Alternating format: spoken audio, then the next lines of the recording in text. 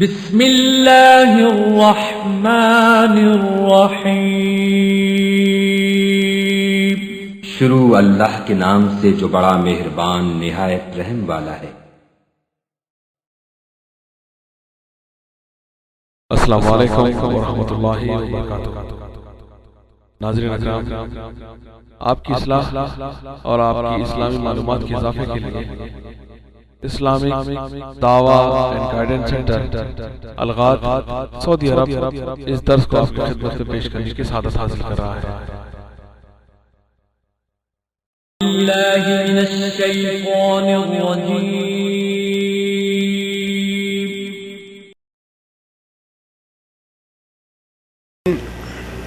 الرحمن الرحیم الدین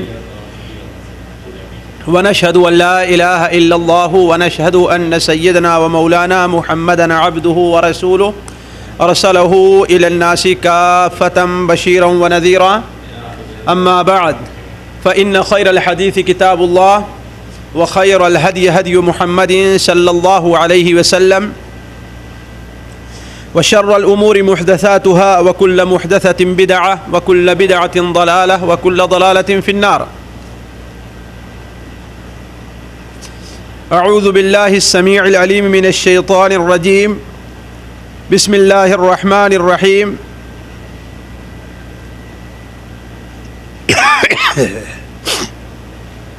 ان الذین یلحدون فی آیاتنا لا یخفون علینا افمن یلقى فی النار خیر ام من یأتی آمنا یوم القیامة اعملوا ما شئتم انه بما تعملون بصیر۔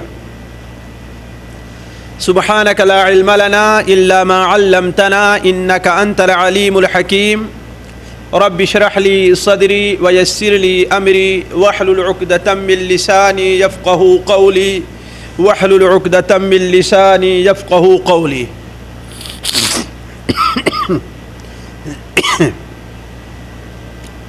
عزیز ساتھیوں اور دینی بھائیوں، پچھلی مجلس میں میدان محشر کے اندر لوگوں کے کھڑے ہونے کی کیفیت کا بیان تھا۔ کافروں کی کیا کیفیت ہوگی اس کا بھی بیان ہوا تھا، اور مسلمان گنہگاروں کی کیا کیفیت ہوگی اس کا بھی بیان ہوا تھا۔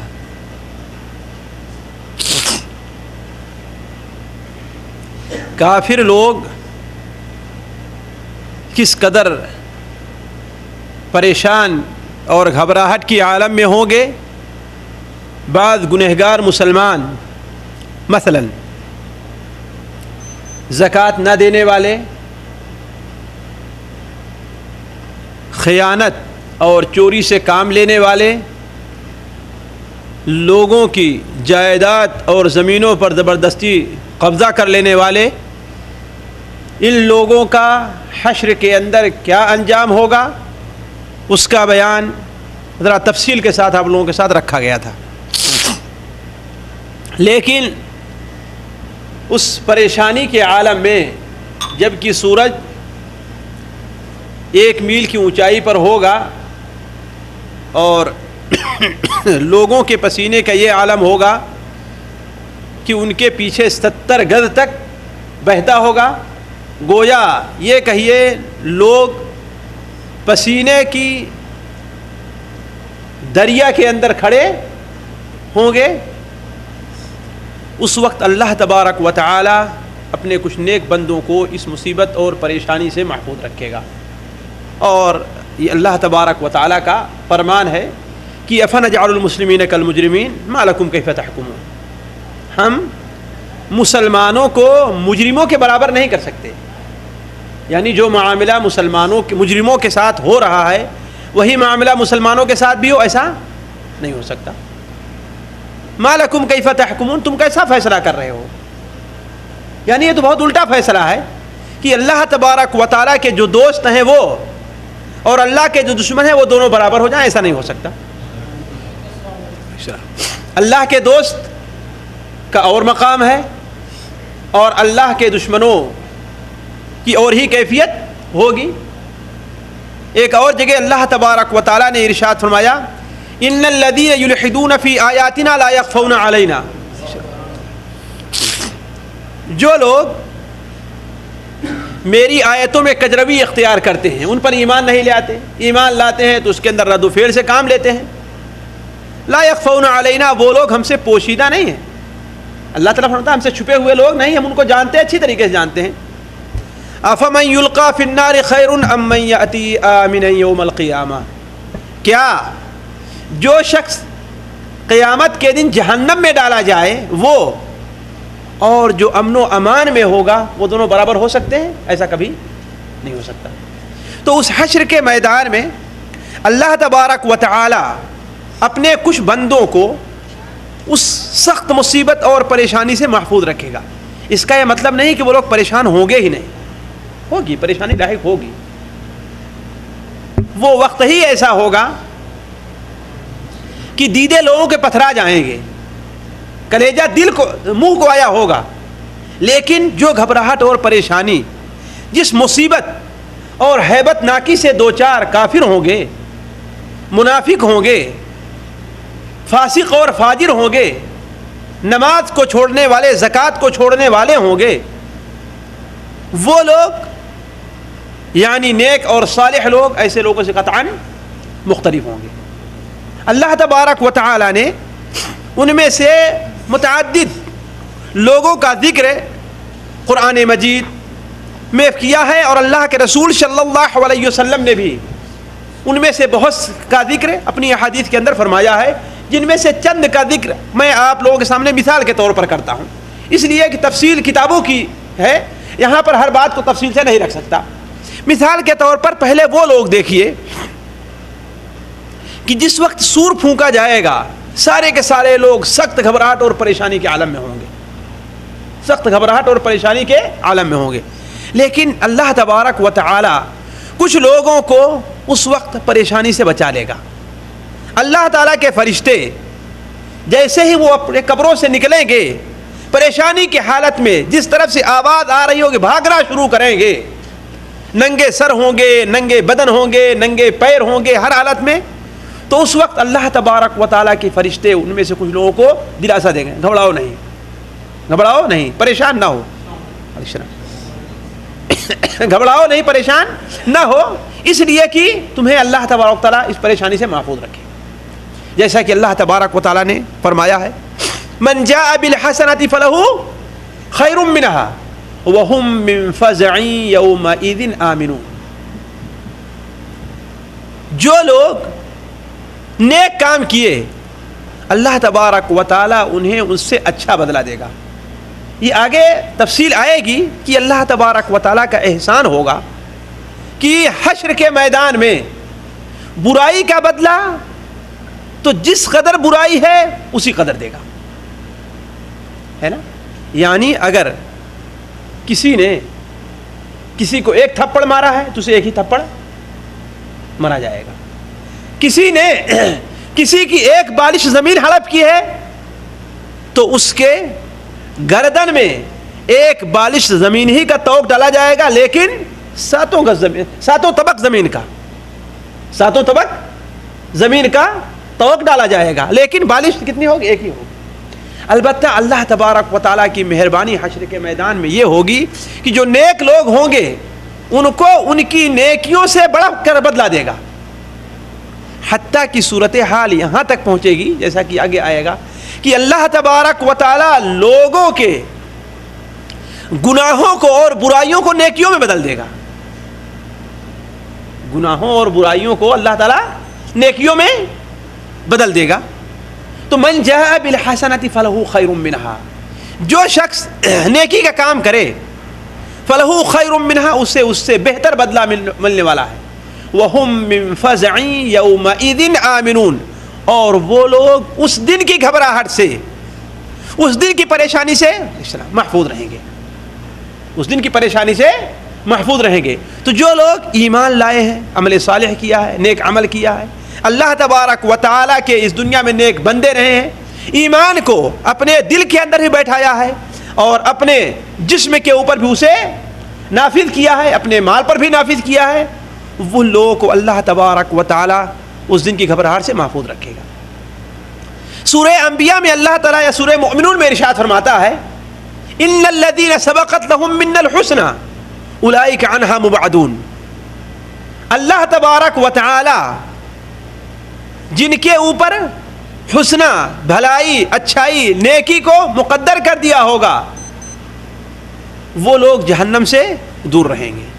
لا يسمعون حسیسها، حتیٰ کہ جہنم کی آواز تک ان تک نہیں پہنچے گی، اس کی ہوا تک ان کو نہیں پہنچے گی۔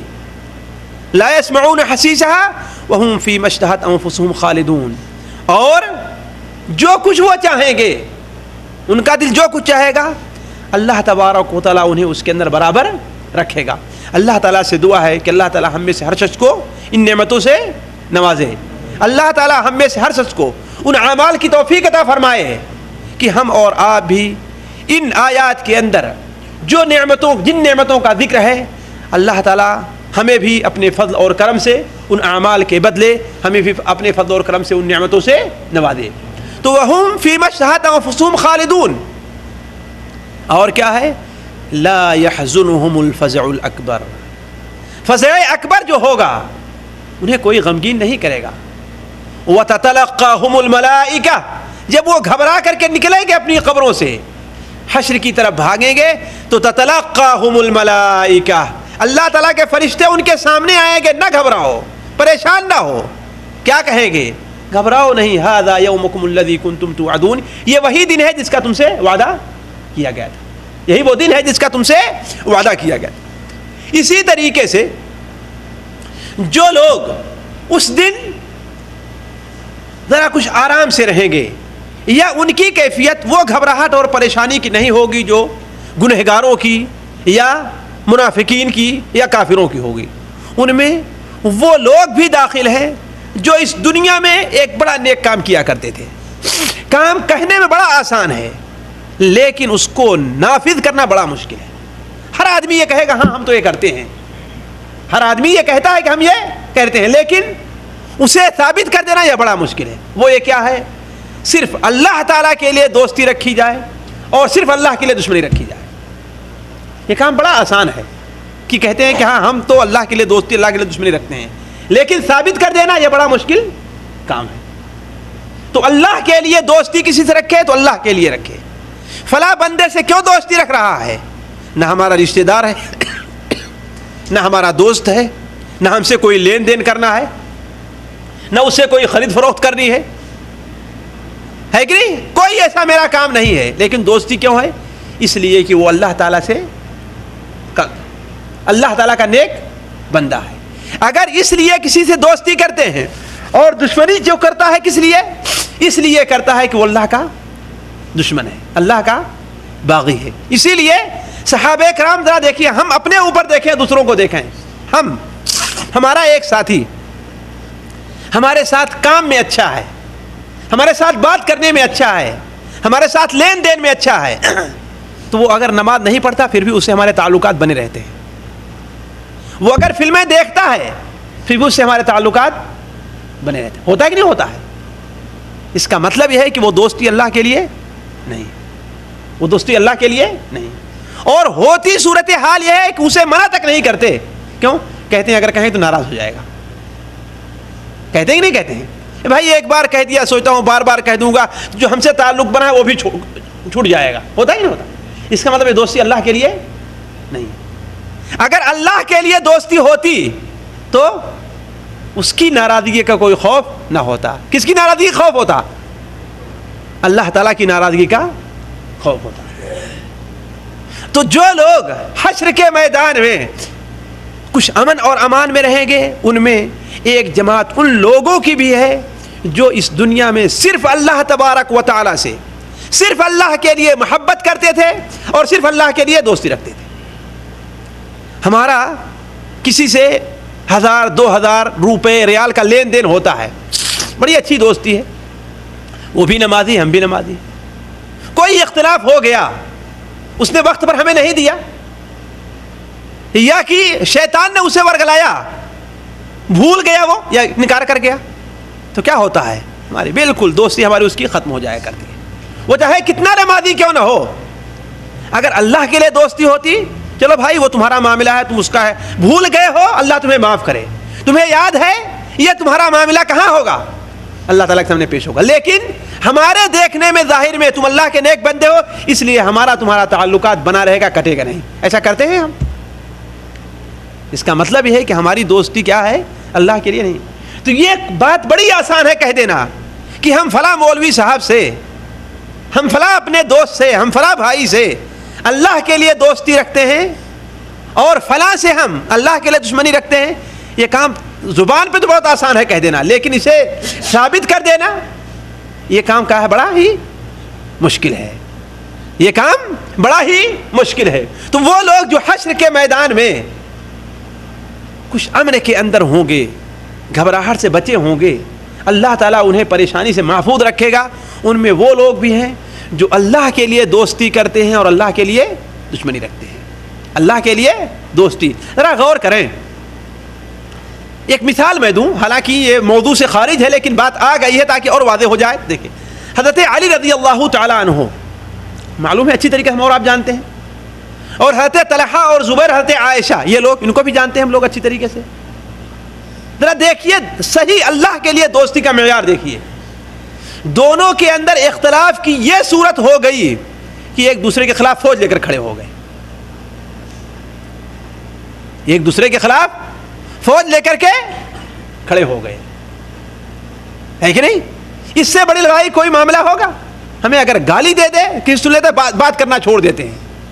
لیکن اس کے باوجود جب معاملہ ٹھنڈا ہوا تو حضرت علی رضی اللہ تعالیٰ عنہ خود گئے حضرت عائشہ رضی اللہ تعالیٰ عنہ کے پاس، اپنے چل کر کے گئے اور اپنی غلطی کی، کہا اگر ہم سے غلطی ہے اس کے لیے معذرت چاہتا ہوں میں.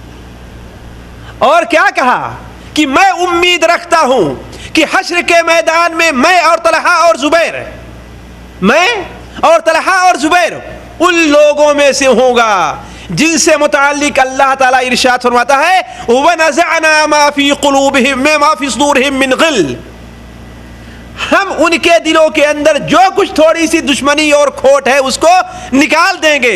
وَهُمْ عَلَى سُرُرٍ مُتَقَابِلُونَ، اور ایک چارپائی پر وہ بیٹھے، آمنے سامنے چارپائی اور تخت کے اوپر بیٹھے ایک دوسرے سے باتیں کرتے رہے ہوں گے.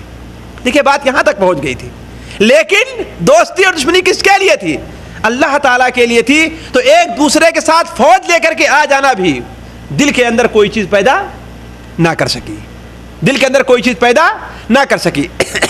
اللہ تبارک و تعالیٰ ارشاد فرماتا ہے الاخلاء یومئذ بعضهم لبعض عدو الا المتقین یا عباد لا خوف علیکم ولا انتم تحزنون. اللہ تعالیٰ فرماتا ہے کہ اس میدان کے اندر، حشر کے میدان میں اور قیامت کے دن، تمام دوست ایک دوسرے کے دشمن بن جائیں گے، چاہے ایک دوسرے کے لیے جان دینے کے لیے تیار ہی کیوں نہ ہو، ساتھ میں خودکشی ہی کیوں نہ کر لیں، کتنی ہی محبت دنیا میں رہی ہو. لیکن اگر تقوی نہیں ہے، اللہ کا خوف نہیں ہے، ایمان نہیں ہے، تو یہ دوستی حشر کے میدان میں کام آنے والی نہیں ہے، کوئی کام نہیں. اللہ تعالیٰ کا فرمان ہے، کسی انسان کا قول نہیں ہے. الاخلاء دلی دوست، جانتے ہیں خلیل کس کو کہتے ہیں؟ جو ظاہر میں دوستی نہ رکھتا ہو بلکہ اس کی دوستی اور محبت دل کے اندر سما گئی ہو، رچ بس گئی ہو. تو ایسے دوست لوگ یومئذ اس دن ایک دوسرے کے دشمن ہوں گے، الا المتقین سوائے متقیوں کے. ان سے اللہ کیا فرمائے گا؟ یا عبادی، اے میرے بندو، لا خوف علیکم، تمہارے اوپر کوئی خوف نہیں ہے، ولا انتم تحزنون، تم غمگین بھی نہ ہو، تم غمگین بھی نہ ہو. اسی طریقے سے اللہ تعالیٰ کے وہ نیک بندے جو اس دن کی کچھ گھبراہٹ سے محفوظ رہیں گے، ان میں وہ لوگ بھی ہیں جو اس دنیا کے اندر اس دن سے خوف کھاتے اور ڈرتے رہے ہیں. یہ بڑا اہم نقطہ ہے. آپ دیکھیں، جو انسان کسی چیز سے ڈرتا رہتا ہے، کسی چیز سے ڈرتا رہتا ہے، اس کا مطلب یہ ہے کہ اس سے بچنے کی تیاری بھی کرتا رہتا ہے. ایک گاڑی آپ کے پاس ہو، پرانی گاڑی ہے، آپ کو ریاض جانا ہے، آپ کو ریاض جانا ہے. آپ دیکھیں گے کہ جانے سے پہلے ظاہر بات ڈر تو ہے ہی, کہیں انجن کہیں اور چیز خراب نہ ہو جائے, تو جانے سے پہلے آپ کو خوف رہتا ہے نا, آپ اچھی طریقے سے بیٹھ کر کے چیک بھی کرتے ہیں. اور یہ دیکھ لیں, آپ آزما لیں, جو لوگ خواہ ان کی گاڑی پرانی ہی کیوں نہ ہو اس بات کا اہتمام کرتے ہیں, ان کی گاڑیاں راستے میں کھڑی کم دکھائی دیں گی, اور عام طور پر نئی ہی گاڑیاں راستے میں آپ کو کھڑی ہوئی اور خراب دکھائی دیں گی. اب آج کے بعد سے آپ آزما لیں اس بات کو. کیوں؟ اس لیے کہ وہ لوگ بڑے اطمینان سے جا رہے ہیں, ان کو کوئی خطرہ نہیں اپنی گاڑیوں کا. لیکن جس کی گاڑی ٹوٹی پھوٹی ہے وہ ڈرتا رہتا ہے اپنی گاڑی کے خراب ہونے سے. عام طور پر اس کی گاڑیاں خراب نہیں, کبھی خراب ہوتی ہیں اس کی گاڑیاں. کیوں؟ اس لیے کہ وہ اسی حساب سے اپنا چلتا ہے, حساب لگا کر کے چلتا ہے. تو جو لوگ اس دنیا کے اندر وہاں پر کھڑے ہونے سے ڈرتے رہیں گے, اللہ تبارک و تعالی انہیں بھی اپنے وہاں کے خوف سے محفوظ رہے گا.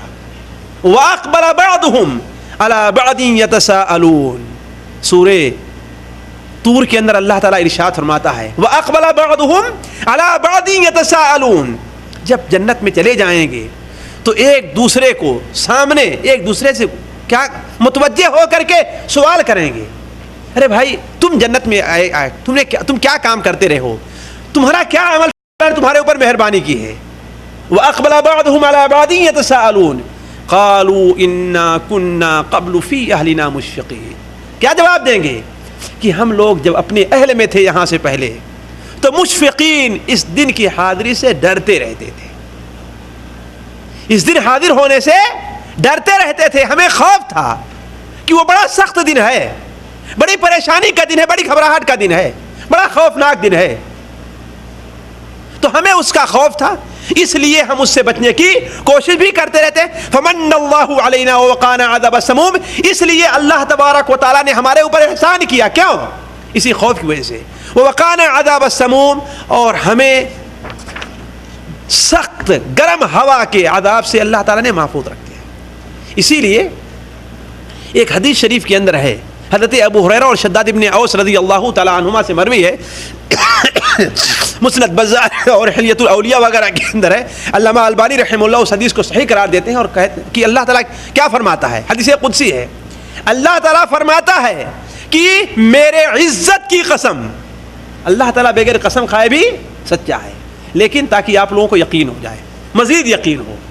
وعزتی, میرے عزت کی قسم, لا اجمع لعبدی امنین ولا خوفین, میں اپنے بندوں پر 2 امن اور 2 خوف جمع نہیں کروں گا. یعنی یہ نہیں ہو سکتا کہ اس دنیا میں اگر مجھ سے خوف نہیں کھاتا تھا تو آخرت میں بھی اسے امن و امان سے رکھوں, ایسا نہیں ہو سکتا ہے.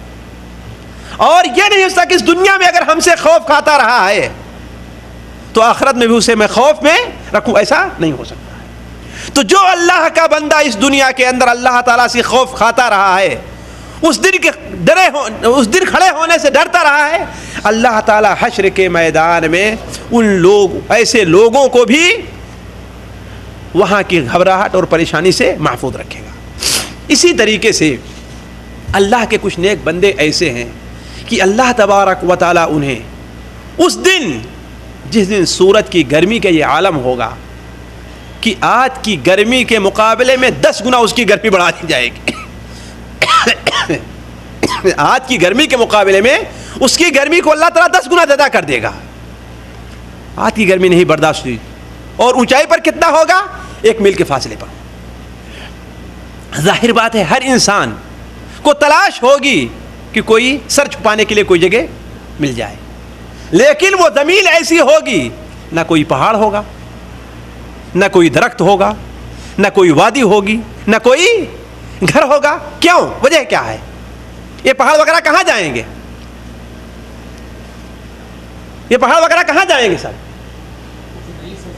ہاں, وہ زمین ہی ایک نئی ہوگی, وہ زمین ہی ایک نئی ہوگی. یوم تبدل الارض غیر الارض والسماوات, جس دن اللہ تعالیٰ اس زمین کو اور اس آسمان کو دوسرے زمین اور آسمان سے بدل دے گا.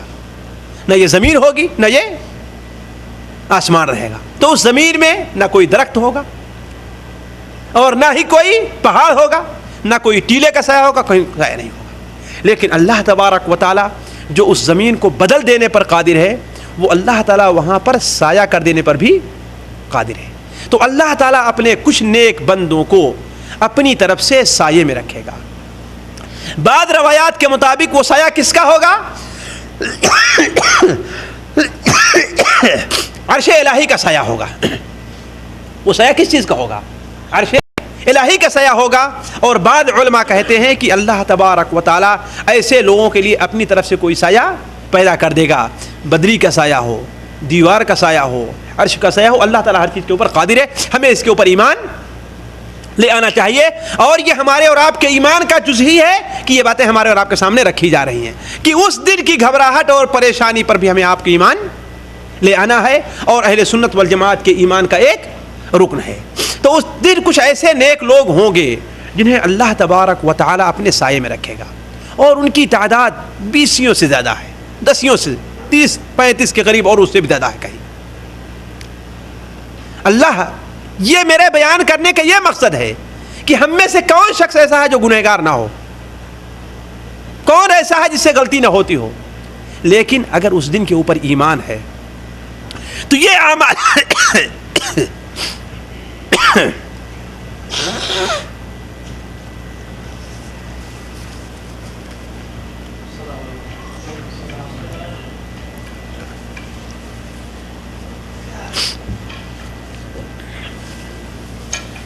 یہ میں اپنا لے. ان میں سے کوئی عمل سارا نہیں ہو سکتا، تو کوئی ایسا عمل تو اپنائے کہ اللہ تبارک و تعالیٰ اس دن کی گرمی اور پریشانی سے ہمیں اور آپ کو محفوظ رکھے.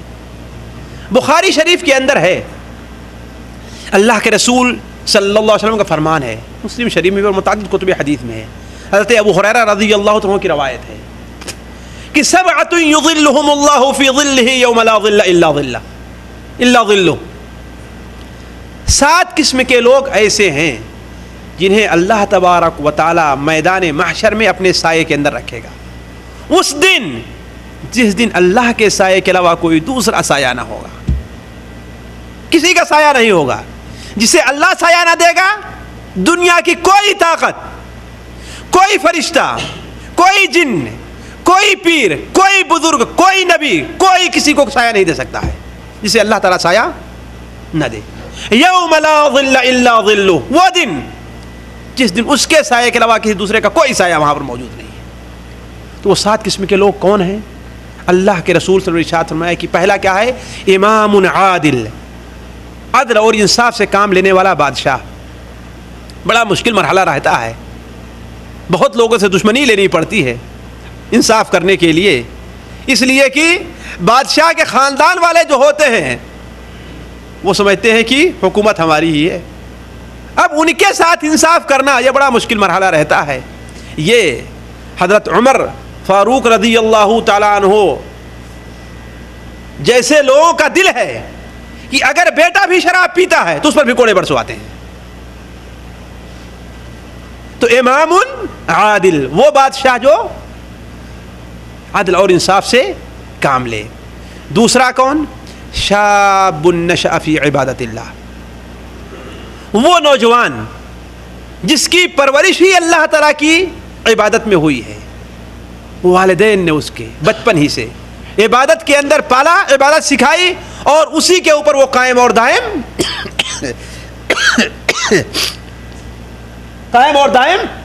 تعالیٰ نے اس کے اوپر فرض کی ہیں، ان کے اوپر وہ جمع رہا. اور تیسرا کون سا شخص؟ رجل قلبہ معلق بالمسجد، وہ شخص جس کا دل مسجد سے اٹکا ہوا ہے، اسے مسجد میں لطف آتا ہے، مزہ آتا ہے. یہ نہیں کہ اذان ہوئی تو چلو تھوڑی دیر کے لیے موقع ملا ہے، کہاں تھوڑی دیر بیٹھ کر کے ساتھیوں سے گفتگو کر لیں، چاہے بغل والی دکان والے کیوں نہ ہوں، لیکن شیطان وہی وقت دلاتا ہے وہ لوگوں کو اپنے بیٹھ کر گفتگو کرنے کے لیے. تو یہ نہیں کہیں گے کہ اس کا دل مسجد سے اٹکا ہوا ہے. نہیں، وہ آدمی مسجد میں جتنا اس کو لطف آتا ہے کہیں دوسری جگہ لطف نہیں آتا. جبکہ ہماری صورتحال یہ ہے کہ اگر امام 2 منٹ لیٹ کر دے، خاص طور ہمارے اور آپ کے جہاں اگر امام 2 منٹ لیٹ ہو گیا تو اس کا مطلب بیچارے کی نوکری خطرے میں ہے، نوکری اس کی خطرے میں ہے. حالانکہ اگر فلم دیکھ رہے ہوں تو چاہیں گے کہ 5 منٹ اور لمبا ہو جائے. فلم نہ دیکھیے, کھیل کھیل رہے ہوں, کرکٹ کا میچ دیکھ رہے ہوں تو کہیں گے کریں کہ اگر 5 منٹ اور بڑھا دیتا تو اور اچھا ہو جاتا. اس کا مطلب ہے کہ دل کہاں اٹکا ہوا ہے؟ کھیل میں ہے, مسجد کے اندر اٹکا ہوا نہیں. مسجد میں مشکل سے 15 اور 20 منٹ گزارنا بھاری پڑتا ہے, لیکن کھیل کے میدان میں مسجد کے باہر کھڑے ہو کر کے گپ سڑا کرنا آدھا گھنٹہ 1 گھنٹہ کوئی بھاری نہیں پڑتا, پاؤں درد بھی نہیں کرتا ہے. اور امام 10 آیت سے اگر 15 آیت پڑھ دیا تو پاؤں درد کرنے لگتے ہیں. اس کا مطلب یہ ہے کہ ہمارا دل مسجد سے اٹکا ہوا نہیں ہے. کہنا تو بڑا آسان ہے, لیکن ثابت کر دینا, عمل کر کے دکھلانا یہ بڑا مشکل کام ہے. تو ورجل قلبہ معلق بالمسجد, وہ شخص جس کا دل مسجد سے اٹکا ہوا ہو. یہ کتنے ہو گئے؟ 3 ہو گئے. آگے بڑھاتے جا رہے ہیں کچھ لوگ, جلدی ختم ہو جائے.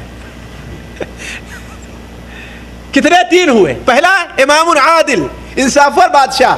دوسرا شاب نشا فی عبادت اللہ, وہ نوجوان جس کی نشو و نما اللہ کی عبادت میں ہوئی ہے. تیسرا رجل قلبہ معلق بالمسجد.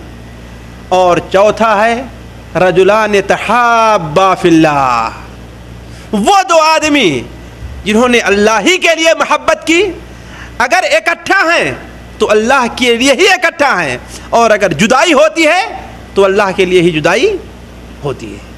دنیا کی کوئی غرض, دنیا کی کوئی ضرورت, دنیا کا اور کوئی کام, دنیا کی کوئی دولت ان دونوں کے اندر جدائی نہیں کر سکتی, اور نہ ہی دونوں میں تعلق جوڑ سکتی ہے. تعلق جوڑا ہے تو اللہ کے لیے جڑا ہے, اور اگر تعلق کٹا ہے تو کس کے لیے کٹا ہے؟ اللہ تعالیٰ کے لیے کٹا ہے. جیسا کہ اس کی تفصیل بھی تھوڑی دیر پہلے کچھ آپ لوگوں کے سامنے رکھی گئی. اور کیا ہے؟ 5واں وہ شخص ہے کہ جسے کوئی خوبصورت اور اعلیٰ خاندان والی, ذرا دیکھیں 2 شرط ہیں, خوبصورت ہے اور اعلیٰ خاندان والی نوجوان عورت ہے, اور اسے غلط کام کے لیے بلاتی ہے. غلط کام کے لیے بلاتی ہے. یہاں پر 2-3 چیزیں جو ہیں زنا کے اوپر ابھارنے والی ہیں. ایک تو ظاہر بات اعلیٰ خاندان کی ہے تو مال بھی ہوتا ہے, مل جائے. دوسری چیز کیا ہے؟ شہوت ہے. اور تیسری چیز کیا ہے؟ وہ خوبصورت بھی ہے. یہ تینوں چیزیں پائی جا رہی ہیں اور ابھار رہی ہیں زنا کرنے کے اوپر. لیکن وہ بندہ کیا کہتا ہے؟ مجھے فلاں کا ڈر ہے, تمہارے شوہر کا ڈر ہے, تمہارے باپ کا ڈر ہے نا؟ نہیں, ایسا نہیں ہے. کس کا ڈر ہے؟ اللہ تبارک و تعالیٰ کا ڈر ہے. اللہ کے خوف سے وہ اس کی بات ماننے کے لیے تیار نہیں ہے. اور اس کے بعد کیا ہے؟ وہ شخص جو صدقہ کرتا ہے ایک ہاتھ سے. چھٹا آدمی صدقہ کرتا ہے اپنے دائیں ہاتھ سے تو اس کے بائیں ہاتھ کو بھی خبر نہیں ہوتی ہے. بائیں ہاتھ کو بھی خبر نہیں ہوتی. یعنی کہنے کا مطلب کیا ہے؟ ظاہر بات دایاں بایاں ہاتھ کا دیکھنے کی طاقت نہیں ہے. اللہ کے رسول صلی اللہ علیہ وسلم فرمانے کا مقصد ہے کہ اتنی پوشیدگی سے دے رہا ہے کہ لوگوں کو بھی خبر, کسی کو خبر نہیں ہوتی ہے. اس لیے کہ دکھا کر کے تو بہت سے لوگ صدقہ اور خیرات کر دیتے ہیں, لیکن چپکے سے اور کسی کے جانے بغیر صدقہ اور خیرات, حتیٰ کہ جسے دیا جا رہا ہے وہ بھی نہ جانے, جسے دیا جا رہا ہے وہ بھی نہ جانے کہ ہاں مجھے کون دے رہا ہے. یہ ہے وہ چیز کہ اگر ایسا کرنے والا ہے کوئی تو اللہ تعالیٰ اسے اپنے عرش کے سائے میں رکھے گا. بہت سے سلف کے بارے میں آتا ہے جن میں عبداللہ ابن جعفر کا بھی نام ہے کہ بہت سے لوگوں کو یہ پتہ نہیں تھا کہ میرے پاس یہ سامان آتا کہاں سے ہے. پتہ کب چلا ہے؟ جب ان کا انتقال ہو گیا ہے, تو اس لیے کہ وہ جو کچھ آیا تھا وہ بند ہو گیا ہے آنا. تب ان کو پتہ چلا کہ اس کا مطلب یہ دولت جو میرے پاس آیا کرتی تھی, یہ کھانے کی چیز جو میرے پاس کہاں سے آتی تھی, انہی کی طرف سے آیا کرتی تھی. تو یہ چیز ہے. کیوں ایسے وقت میں اسے کس بات کا ڈر رہے گا, کس بات کی خواہش رہے گی؟ اللہ تبارک و تعالیٰ کو راضی کرنے کی, کہ دوسرے کو دکھانا نہیں ہے. اور آخری وہ شخص ہے, کم سے کم اس میں تو بن جائے ہم اور آپ, اور کوشش کریں تو اس میں بننا کوئی مشکل نہیں ہے. کیا کہ وہ شخص جو اکیلے میں ہے, اللہ تعالیٰ کو یاد کرتا ہے, قیامت کو یاد کرتا ہے, قبر کو یاد کرتا ہے, جنت اور جہنم کو یاد کرتا ہے, اور پھر اپنے عمل کی کوتاہی کی طرف دیکھتا ہے. اپنے عمل کی کوتاہی کی طرف دیکھتا ہے تو اسے وہ خوف لاحق ہوتا ہے کہ اس کی آنکھوں سے آنسو ٹپک پڑتے ہیں. ایسا شخص بھی ہے تو وہ بھی اللہ تعالیٰ کے سائے کے اندر حشر کے میدان میں ہوگا. رجل ذکر اللہ خالیا ففاضت عینا. یہ 7 قسم کے لوگ ہیں جنہیں اللہ تبارک و تعالیٰ حشر کے میدان میں اپنے سائے میں رکھے گا. ایک اور شخص بھی ہے جو آپ کے لیے کوئی مشکل نہیں ہے, تھوڑی سی محنت کی ضرورت ہے, دل کے اوپر زور دینا ہے, لیکن چاہے تو ہم بن سکتے ہیں. وہ یہ کیا ہے کہ کسی کو ہم نے قرض دیا, وہ انسان ذرا مجبور ہے, پریشان حال ہے, غریب ہے, وعدہ تو کیا تھا کہ ہاں سال بھر کے بعد لوٹا دوں گا, لیکن نہیں لوٹا سکا. اب وہ ہم سے بھاگتا پھر رہا ہے اور ہم اس کے پیچھے دوڑتے پھر رہے ہیں, گالی بھی دیتے ہیں, برا بھلا بھی کہتے ہیں, دھمکیاں دیتے ہیں کہ ہاں پولیس کے یہاں تک پہنچا دیں گے. دھیان میں رکھیں کہ اس شخص کے بارے میں کہہ رہا ہوں جو یقیناً مجبور ہو, جو یقیناً مجبور ہو, اور یہ کہ اگر اس کے پاس ہو جائے تو فوراً دے دے گا وہ, لیکن یقیناً مجبوری ہے. اس شخص کے پاس نہیں کہ جس نے اپنی عادت ہی بنا لی ہے کہ چلو کھا لو, جب دینا ہوگا دیکھا جائے گا.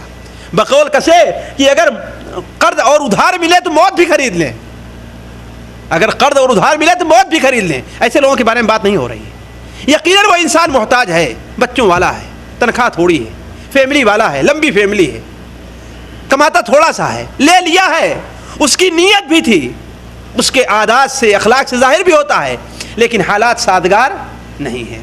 اب اگر اس کے بارے میں آپ آسانی سے کام لیں, چلو بھائی جب ہوگا تو تم دے دینا, کوئی آپ کو خوف لاحق نہ ہو, کوئی ڈر آپ کو نہ ہو, کوئی شرم نہ ہو, آپ کو کیا ہو, صرف اللہ تبارک و تعالیٰ کی رضا آپ کو مقصود ہو, اللہ کی رضا مقصود ہو, تو آپ اس سے کہیں کہ بھائی چلو ٹھیک ہے تم مجبور ہو تو جب ہوگا دے دینا, اور اگر نہ دے سکو تو معاف کر دیتا ہوں تم کو, میں نہ دے سکو تمہیں معاف کر دیتا ہوں. کم سے کم یہ آدمی کوشش کرے تو ہو سکتا ہے, نہیں بن سکتا ہے.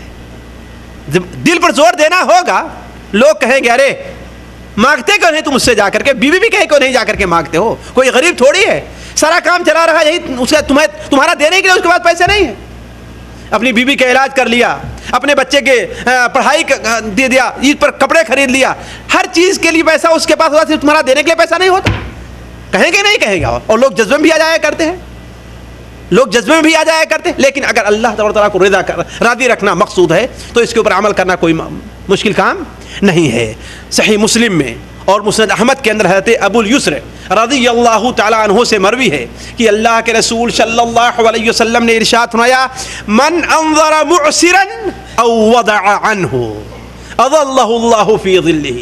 جو کسی تنگ دست تنگ حال کو مہلت دے دے اس کے قرض میں, یا اس کی طرف سے قرض کو ختم کر دے, اللہ تعالیٰ اسے اپنے سائے میں رکھے گا.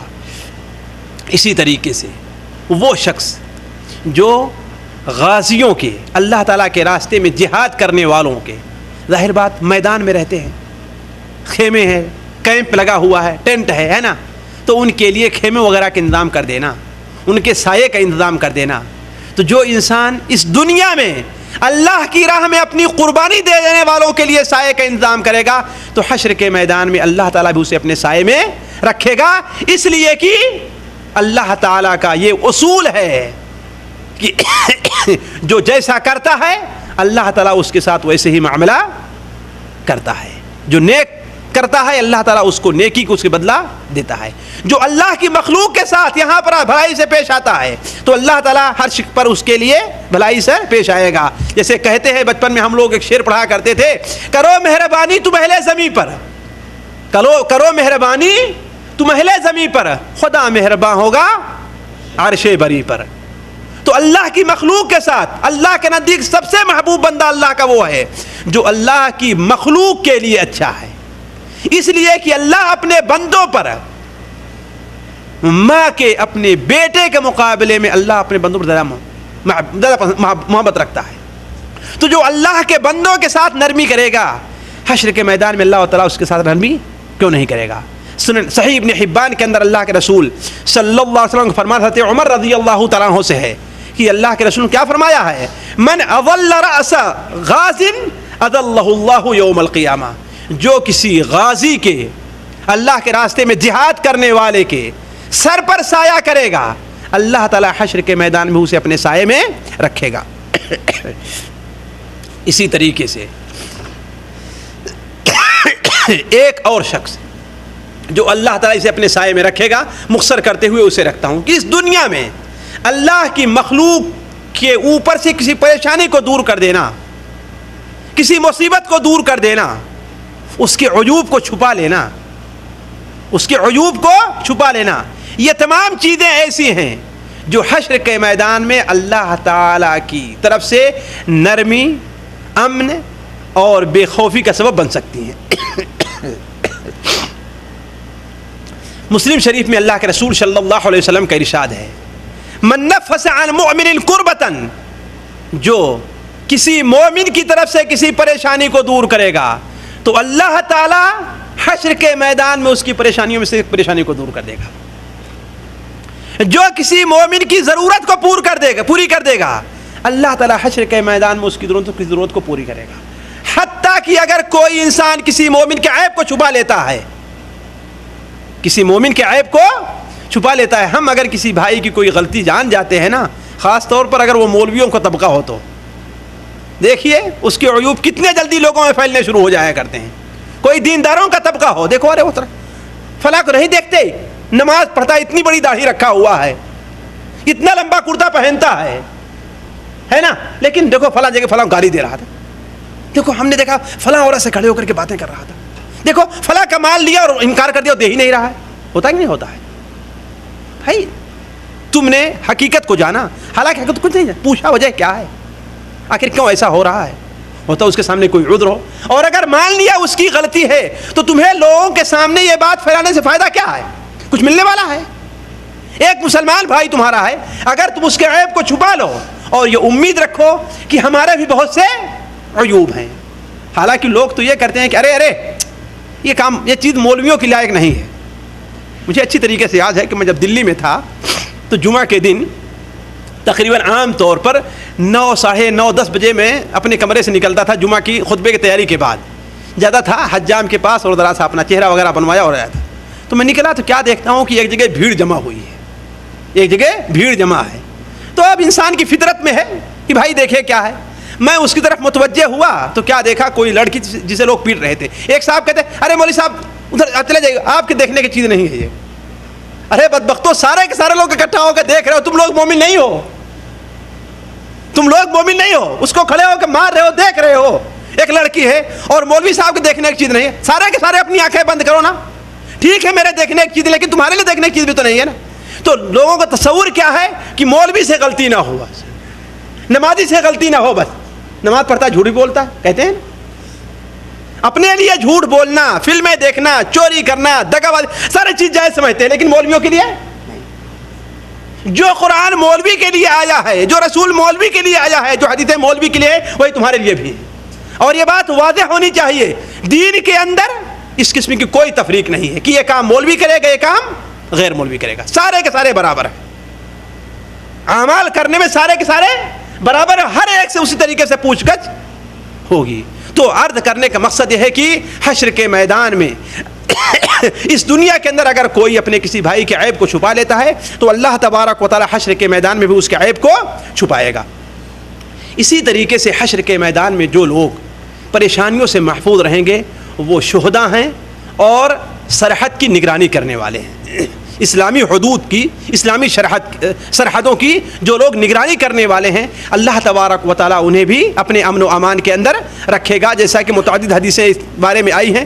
اللہ کے رسول صلی اللہ علیہ وسلم نے ارشاد فرمایا کہ شہید کو 6 خصلتیں ایسی ملنے والی جو عام طور پر لوگوں کو نہیں ہیں، یا بعض روایت میں کیا ہے 7 ہیں، ان میں ایک یہ بھی ہے کہ اللہ تبارک و تعالیٰ اسے فزع اکبر سے محفوظ رکھے گا، سب بڑی گھبراہٹ کا جو دن ہوگا اللہ تعالیٰ اسے محفوظ رکھے گا۔ علی کل حال بات آگے بڑھاتے ہیں، اس لیے کہ وقت نہیں ہے۔ جو لوگ وہاں پر جن کو اللہ تعالیٰ محفوظ رکھنے والا ہے، گھبراہٹ سے ہوتا، اس میں مؤذن بھی ہو، اللہ تعالیٰ اسے بھی محفوظ رکھے گا، جیسا کہ ہے کہ مؤذنوں کی گردنیں کیا ہوں گی، بڑی لمبی ہوگی. حشر کے میدان میں مؤذن کی گردن کیا ہوگی؟ وہ بڑی لمبی ہوگی. اب آگے چلتے ہیں کہ دیکھیے یہ مرحلہ جو ابھی تک آپ کے سامنے رکھا گیا حشر کے میدان کا، وہ مرحلہ ہے کہ ابھی تک حساب اور کتاب کا معاملہ درپیش نہیں آیا ہے. حساب اور کتاب کا معاملہ درپیش نہیں آیا ہے. دو باتیں یہاں پر سن لیجیے. اول تو یہ کہ یہ مدت کتنی لمبی ہوگی. جیسے کہ بتایا حشر کا میدان کا، حشر کا جو دن ہوگا کتنے سالوں کا ہوگا؟ 50,000 سالوں کا ہوگا. لیکن یہ مدت جو ابھی ہے، ابھی یہ پریشانی جو ہے، ابھی یہ اس سے پہلے ہے کہ اللہ تبارک و تعالی لوگوں کے بیچ فیصلہ کرنے کے لیے تشریف لے آئے. تو اس گرمی کے اندر، اس پریشانی میں لوگ کتنے دنوں تک رہیں گے کہ اللہ تعالیٰ فیصلہ کرنے کے لیے آئے گا؟ 40 سال کی مدت ہوگی. 40 سال کی مدت اسی طریقے سے کافر اور اللہ کے گنہگار نافرمان بندے اسی طریقے سے رہیں گے کہ پسینے کے اندر رہیں گے، سخت گرمی رہے گی، ہے کہ نہیں؟ متکبرین کو پاؤں سے روندا جاتا ہوا رہا گا، اور زکوٰۃ نہ دینے والوں کو جس چیز کی زکوٰۃ نہ دیتے تھے وہ اسے تنگ اور پریشان کر رہے ہوں گے. یہ مدت کتنی ہوگی؟ 40 سال کی ہوگی. اللہ کے رسول صلی اللہ علیہ وسلم فرما رہے تھے، عبداللہ ابن مسعود رضی اللہ عنہ کی روایت ہے، یجمع اللہ الاولین والآخرین، اللہ تعالیٰ اگلے اور پیچھے سارے لوگوں کو ایک جگہ جمع کرے گا. قیاما 40 سنتا، 40 سال تک کھڑے رہنا، اللہ ان سے کوئی بات نہ کرے گا. لوگ آسمان کی طرف اپنی نظروں کو اٹھائے رہیں گے، انتظار کریں گے اللہ میاں کب آتا ہے اور فیصلہ کرتا ہے. یہ مدت کتنے دن کی ہوگی؟ 40 سال کی ہوگی. اور جب 40 سال کی مدت ہو جائے گی، 40 سال کی مدت ہو جائے گی تو لوگ مؤمنین، کافر نہیں، پریشان ہوں گے. اور کافر لوگ تو یہ تمنا کریں گے یہ فیصلہ ہو جائے چاہے مجھے جہنم ہی کیوں نہ جانا پڑے. گنہگار لوگ یہ تمنا کریں گے فیصلہ ہو جائے، کیوں؟ وہ سمجھیں گے یہاں پر جو ہمیں پریشانی ہے وہ جہنم کی پریشانی سے مشکل ہے. حالانکہ جہنم کی جو پریشانی ہوگی اس سے بڑھ کر کے اور زیادہ ہوگی. تو 40 سال کی جب مدت گزر جائے گی تو اللہ کے مومن بندے جو ہوں گے وہ سوچیں گے چلو کسی سے سفارش تو کریں، کسی سے جا کر کے سفارش کریں تاکہ اللہ تبارک و تعالیٰ کے سامنے جا کر کے ہماری سفارش کرے تاکہ اللہ میاں آئے تو فیصلہ کرنے کے لیے. تو حدیث بڑی مشہور ہے، مسلمان اکٹھا ہو کر کے کس کے پاس جائیں گے؟ حضرت آدم علیہ السلام کے پاس جائیں گے. بخاری، مسلم، تمام کتب حدیث میں یہ حدیث موجود ہے، اور متعدد دسیوں صحابہ کرام سے حدیث آئی ہوئی ہے. وقت نہیں ہے ورنہ وہ حدیث تفصیل کے ساتھ میں آپ کے سامنے رکھتا. تو حضرت آدم علیہ السلام کیا کہیں گے؟ بھائی یہ کام مجھ سے نہیں ہو سکتا، اس لیے کہ ہمیں اللہ تعالیٰ نے وہ درخت سے کھانے سے منع فرما دیا تھا لیکن ہم نے اللہ تعالیٰ کی نافرمانی کی. ایسا کرو کہ تم لوگ حضرت نوح علیہ السلام کے پاس جاؤ جو اس دنیا میں اللہ تعالیٰ کے پہلے رسول ہیں. اللہ تعالیٰ نے انہیں عبدن شکورا یعنی شکر گزار بندہ قرار دیا ہے، شاید وہ تمہاری سفارش کر لیں. وہ لوگ حضرت نوح علیہ السلام کے پاس آئیں گے، اپنی عرضی پیش کریں گے اور کہیں گے دیکھ رہے ہیں کہ ہم لوگ کس پریشانی کے عالم میں ہیں، اللہ تعالیٰ سے دعا کیجئے کہ ہمارا فیصلہ کر دے، سفارش کیجئے. حضرت نوح علیہ السلام کہیں کہ بھائی یہ مجھ سے نہیں ہو سکتا، آج مجھے اپنی پڑی ہوئی ہے، نفسی نفسی کا آج عالم ہے. ایسا کرو کہ تم لوگ حضرت ابراہیم علیہ السلام کے پاس جاؤ، اس لیے کہ وہ اللہ کے خلیل ہیں. اور نوح علیہ السلام کہیں گے کہ اللہ تعالیٰ نے مجھے کہا تھا کافروں کے بارے میں کوئی بات نہ کرنا، لیکن ہم نے اپنے بیٹے کے بارے میں اللہ تعالیٰ سے سوال کر لیا تھا. اگر اللہ نے پوچھ لیا کہ نوح پہلے اپنا حساب چکاؤ تو میں کیا جواب دوں گا؟ لوگ حضرت ابراہیم علیہ السلام کے پاس تشریف لے آئیں گے. حضرت ابراہیم علیہ السلام کہیں گے یہ کام مجھ سے بھی نہیں ہو سکتا. کہیں گے ارے میں خلیل دور دور کا خلیل ہوں، ہے نا؟ کہتے نہیں ارے بھائی ظاہر میں ہمارا یہ معاملہ ہے، کہا میں دور دور کا خلیل ہوں، آج مجھ سے یہ کام نہیں ہو سکتا ہے. اس لیے کہ ہم نے جو ہے 3 بار جھوٹ بھی بول دیا ہے، حالانکہ وہ جھوٹ اللہ تعالیٰ کے لیے بولے تھے، اپنی ذات کو بچانے کے لیے نہیں بولے تھے. اللہ کے لیے وہ جھوٹ بولے تھے لیکن وہ حقیقت میں بھی جھوٹ تھا بھی نہیں. حقیقت میں وہ جھوٹ نہیں تھا، اس لیے کہ صرف دھوکہ دینا تھا، صرف دھوکہ دینا تھا. اس لیے کہ کہہ دیا کہ اپنی بیوی کے بارے میں کیا کہا کہ ہماری بہن ہے، اور کیا مقصد تھا اس سے کہ ہماری دینی بہن ہے، ہماری دینی بہن ہے. تو وہ حقیقت میں جھوٹ نہیں تھا، لیکن چونکہ کافر نے جو سمجھا، دوسرے لوگوں نے جو سمجھا، وہ کیا سمجھا؟ حقیقت کے خلاف سمجھا، اس لیے اس کو جھوٹ سے تعبیر کیا. کہا تم موسیٰ علیہ السلام کے پاس جاؤ، شاید وہ تمہاری سفارش کر دیں۔ حضرت موسیٰ علیہ السلام کے پاس جب جائیں گے تو وہ کیا کہیں گے؟ آج بھائی مجھے بھی اپنی پڑی ہوئی ہے، مجھے بھی اپنی پڑی ہوئی ہے، مجھ سے یہ کام نہیں ہو سکتا، اس لیے کہ ہم نے ایک بندے کو ناجائز قتل کر دیا تھا، حالانکہ اللہ نے معاف کر دیا ہے۔ لیکن اس دن گھبراہٹ کا عالم یہ ہوگا کہ اگر اللہ نے ہم سے پوچھ لیا کہ یہ موسیٰ پہلے اپنا حساب چکاؤ تو میں کیا کروں گا؟ ایسا کرو، جاؤ تم عیسیٰ علیہ السلام کے پاس جاؤ، اس لیے کہ وہ اللہ کی روح ہیں، اللہ نے بغیر باپ کے انہیں پیدا کیا ہے، اللہ کی ان کے ساتھ بڑی خصوصی عنایت ہے، شاید وہ تمہاری سفارش کر دیں۔ حضرت عیسیٰ علیہ السلام کے پاس جب تشریف لے آئیں گے تو حضرت عیسیٰ علیہ السلام کیا کہیں گے؟ ارے بھائی اگر اللہ نے ہم سے پوچھ لیا کہ اے عیسیٰ بتاؤ تیری قوم نے تیرے ساتھ کیا معاملہ کیا ہے، تو میں کیا جواب دوں گا؟ محمد صلی اللہ علیہ وسلم کے پاس جاؤ، وہ اللہ کے آخری نبی ہیں، شاید وہ تمہاری سفارش کرتے ہیں۔ تو لوگ جب نبی صلی اللہ علیہ وسلم کے پاس تشریف لے آئیں گے، آپ صلی اللہ علیہ وسلم فرمائیں گے کہ ہاں میں اس کے لیے تیار ہوں، انا لہا انا لہا انا لہا، میں اس کا حقدار ہوں، یہ میرے لیے ہے۔ چنانچہ آپ جائیں گے، کہاں جائیں گے؟ جنت کا دروازہ کھٹائیں گے، اس لیے اللہ تعالیٰ عرش جنت الفردوس کے پر ہے، اس اللہ تعالیٰ کا عرش ہے وہیں پر۔ جنت کا دروازہ کھٹائیں گے، پوچھا جائے کون؟ کہا محمد، دروازہ کھولا جائے گا۔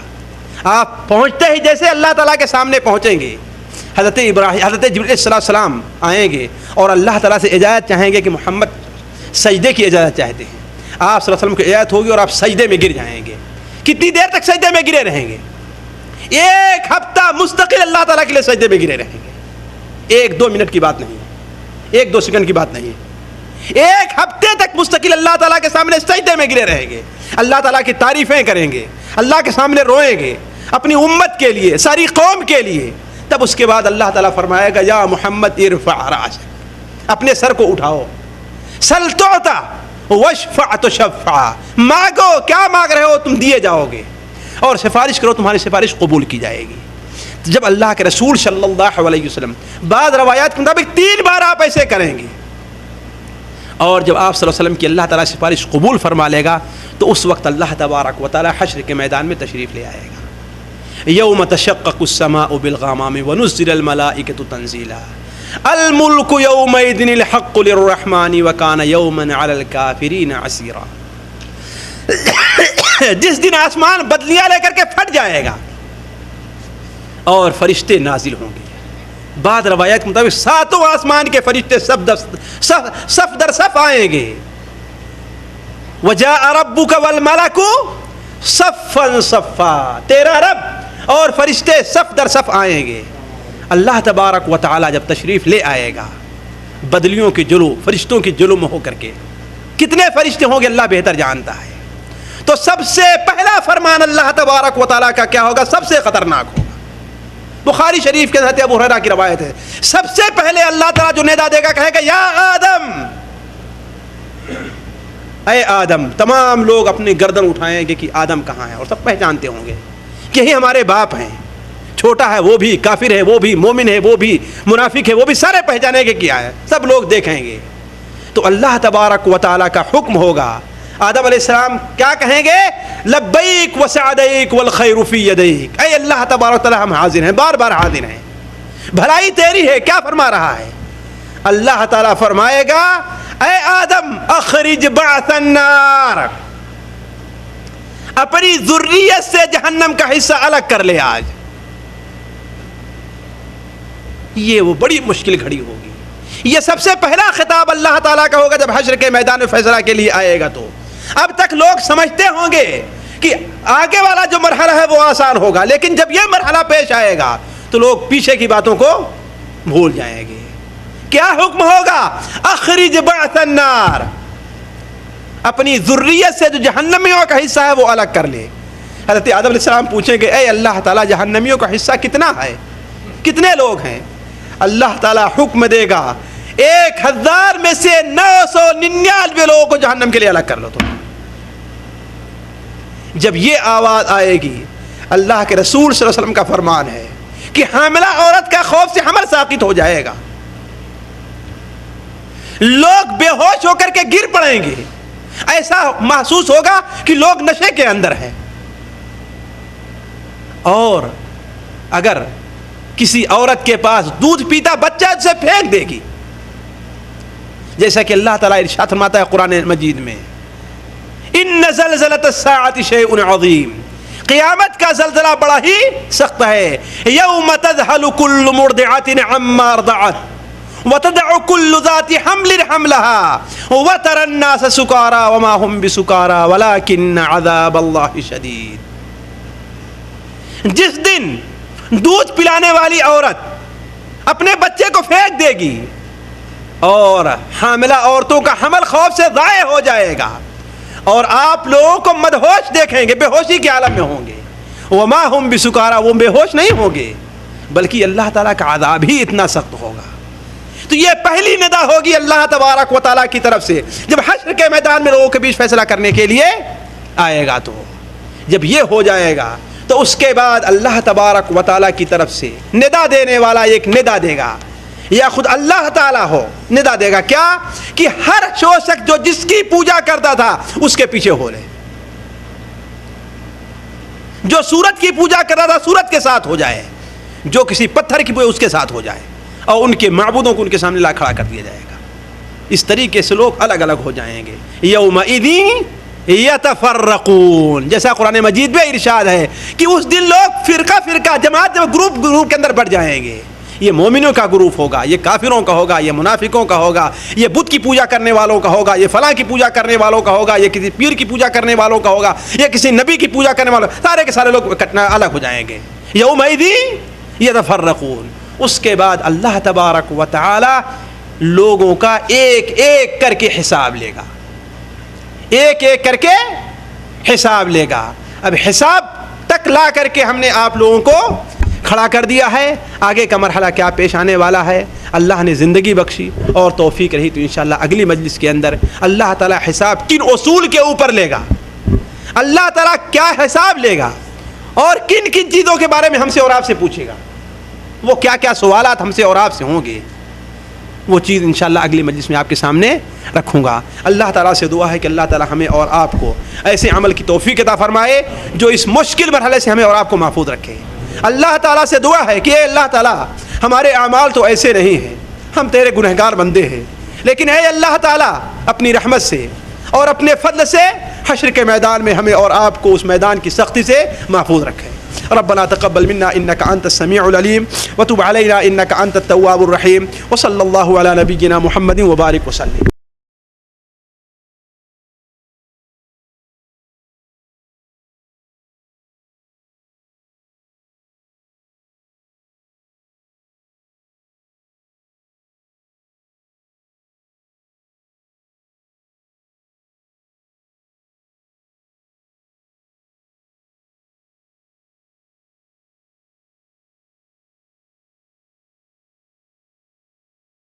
و تعالیٰ سے شرم کرنے کا حق ادا کر دیا۔ پہلی چیز کیا ہے؟ فَلْيَحْفَظِ الرَّأْسَ وَمَا وَعَى، سر، اور سر نے جن چیز کو جمع کیا ہے اس کی حفاظت کی جائے، یعنی زبان کی حفاظت کی جائے، منہ کی حفاظت کی جائے، اپنے ہونٹ کی حفاظت کی جائے، اپنے کان کی حفاظت کی جائے، اپنی ناک کی حفاظت کی جائے، اپنی آنکھ کی حفاظت کی جائے۔ آخر سر کو یہی چیزیں تو شامل ہیں نا، سر میں یہی چیزیں تو جمع ہے نا، یہ پورا کا پورا ہمارا موڈ کا حصہ لے لیا جائے تو ہونٹ بھی اسی میں آئے گا، زبان بھی اسی میں آئے گی، کان بھی اسی میں آئے گا، آنکھ اور ناک بھی اسی کے اندر شامل ہے۔ تو فَلْيَحْفَظِ الرَّأْسَ وَمَا وَعَى، حفاظت کر لے کس کی؟ سر کی، اور سر نے جن چیزوں کو جمع کر رکھا ہے، یعنی کان کی حفاظت ہو جائے، ناک کی حفاظت ہو جائے، اپنے منہ کی حفاظت ہو جائے، اپنے ہونٹ اور زبان کی حفاظت ہو جائے، اور اپنی آنکھ کی حفاظت ہو جائے۔ دوسری چیز کیا فرمائی آپ نے؟ یہ تو پہلی چیز ہے۔ دوسری چیز آپ نے فرمائی وَلْيَحْفَظِ الْبَطْنَ وَمَا حَوَى، اور حفاظت کر لے اپنے پیٹ کی۔ کس کی حفاظت کرے؟ اپنے پیٹ کی، وما ہوا، اور پیٹ کے ارد گرد جو چیزیں ہیں،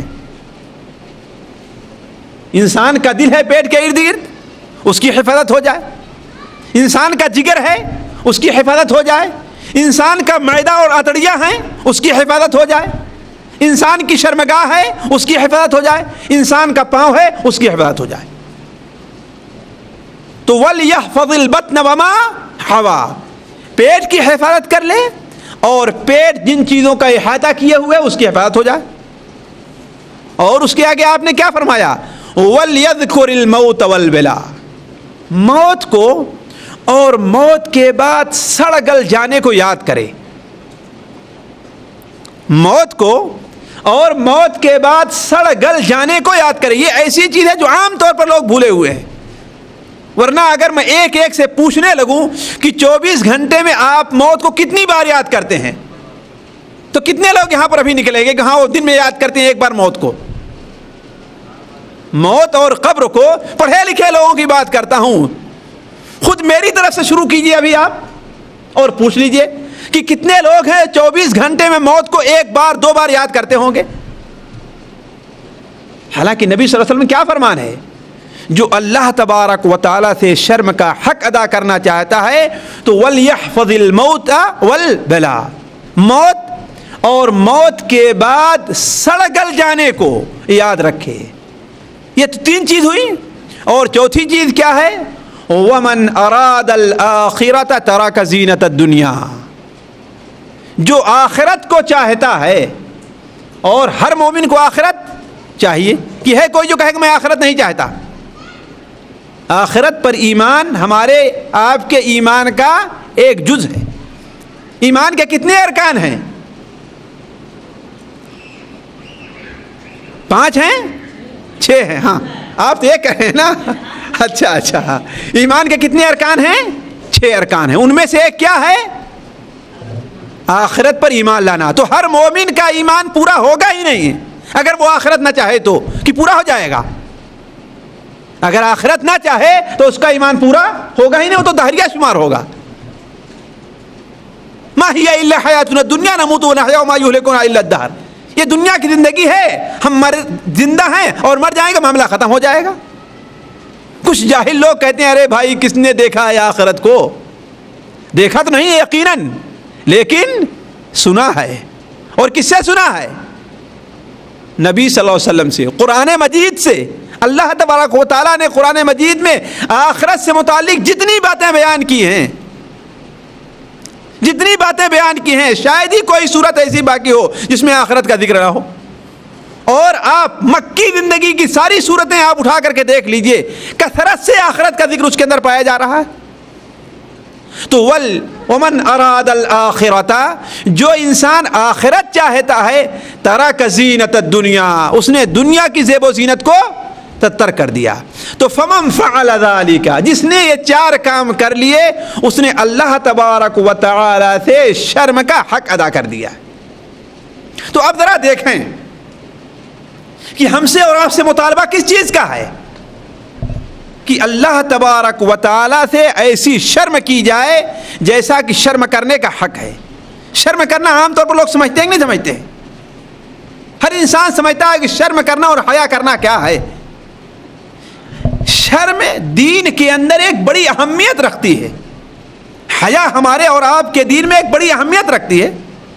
ایک صحابی بیان کرتے ہیں کہ اللہ کے رسول صلی اللہ علیہ وسلم کے سامنے حیا کا ذکر ہوا، شرم کا ذکر ہوا، تو لوگوں نے کہا اے اللہ کے رسول کیا حیا دین میں داخل ہے؟ تو آپ نے فرمایا یہی نہیں کہ حیا دین میں داخل ہے، بلکہ سارا دین ہی حیا ہے، شرم ہے۔ اسی لیے بخاری اور مسلم وغیرہ میں ہے کہ ایک صحابی اپنے کسی بھائی کو برا بھلا کہہ رہے تھے، ڈانٹ رہے تھے، پھٹکار رہے تھے، ملامت کر رہے تھے کہ ارے بیوقوف کہیں کہ تو شرماتا ہے، اسی شرم کی وجہ سے تجھے یہ چیز نہیں ملی، تجھے یہ نہیں مل سکا، تجھے یہ نہیں مل سکا، تو بڑا بیوقوف ہے، شرم کرنے کیا بات ہے، جاؤ چلے جاؤ وہاں پر۔